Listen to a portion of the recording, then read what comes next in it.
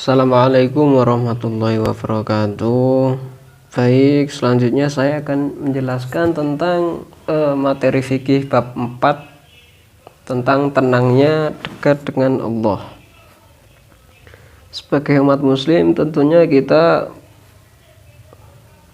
diperintahkan untuk selalu mengingat Allah Subhanahu wa taala dalam berbagai situasi dan keadaan. Mengingat manusia merupakan makhluk yang lemah dan membutuhkan ketergantungan dengan Kholiknya. Salah satu upaya untuk melengkapi kekurangan manusia adalah dengan berdoa. Dengan berdoa diharapkan manusia selalu meminta segala kebutuhannya kepada Allah Subhanahu wa taala. Pertama, dalam materi ini tentang tenangnya dekat dengan Allah ada beberapa unsur. Pertama adalah zikir. Zikir termasuk cara untuk menenangkan diri agar kita dapat mendekat kepada yang kuasa, begitu. Kata zikir berasal dari kata zakaro yazkuru zikron, yang artinya mengingat, menyebut, menuturkan atau merenungi. Sedangkan menurut istilah adalah mengingat Allah Subhanahu wa taala dengan maksud mendekatkan diri kepada Allah Subhanahu wa taala dengan cara menyebut semua sifat-sifat keagungannya atau kemuliaannya seperti membaca tasbih, tahmid, takbir dan tahlil. Begitu. Yang kedua adalah doa. Ketentuan doa.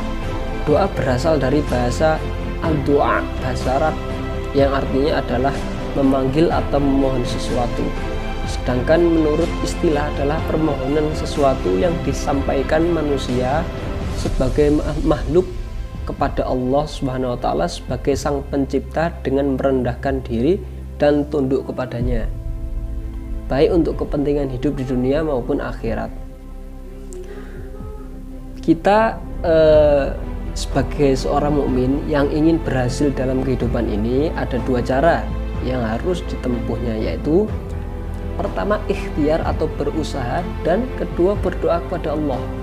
Kedua hal ini harus ditempuh karena dalam kehidupan ini ada hal-hal yang dapat dijangkau oleh pemikiran manusia, tetapi ada pula yang tidak dijangkaunya. Oleh karena itu, kedua cara ini harus ditempuh secara bersama-sama. Yang ketiga, dari penjelasan saya tadi, selanjutnya manfaat zikir dan doa. Apa sih manfaat zikir dan doa itu? Tentunya teman-teman semua ada yang sudah merasakan, ada yang sudah tahu, dan tentunya masih bimbang lah, masih belum tahu. Mungkin ada yang belum tahu gitu. Manfaat zikir dan doa nomor satu adalah dapat menenteramkan hati, sebagaimana telah dijelaskan dalam surat Al-Quran Ar-Ra'd ayat 13 yang berbunyi, ala bizikrillahi tatma'innul qulub. Ingatlah, hanya dengan mengingat Allah hati menjadi tentram. Yang kedua, dapat menimbulkan kesabaran. Yang ketiga, menambah pahala dan menambah rasa kasih sayang kepada sesama. Yang keempat, menimbulkan sifat berhati-hati. Dengan sering kita berdoa setelah sholat fardu, banyak manfaat yang akan diperoleh. Di antaranya, satu, akan terhindar dari sifat sombong dan congkak. Kedua, akan terhindar dari sifat gampang putus asa. Yang ketiga, hati dan pikiran kita akan tenang dan tentram. Dan selanjutnya, dan sebagainya. Selanjutnya, tata cara zikir dan berdoa. Mengucap zikir pada dasarnya tidak dibatasi jumlah bilangan. Demikian pula mengenai lafal, waktu, cara, dan tempat melaksanakannya. Akan tetapi zikir sebaiknya dilakukan di tempat-tempat yang suci, dilandasi dengan niat yang ikhlas. di samping sikap khusyuk dan tawadhu.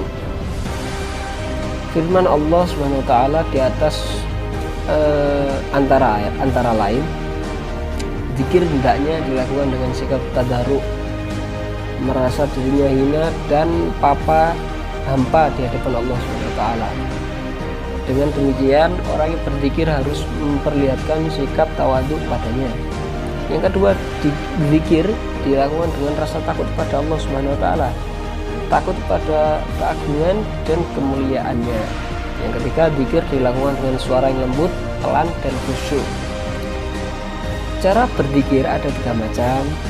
Yang pertama, zikir dengan hati, zikir dengan perbuatan, zikir dengan ucapan, dan sebagainya. Mungkin cukup itu penjelasan dari saya. Apabila kurang lengkap, mohon maaf sebesar-besarnya. Semoga bermanfaat kepada teman-teman semuanya. Sekian, wassalamualaikum warahmatullahi wabarakatuh.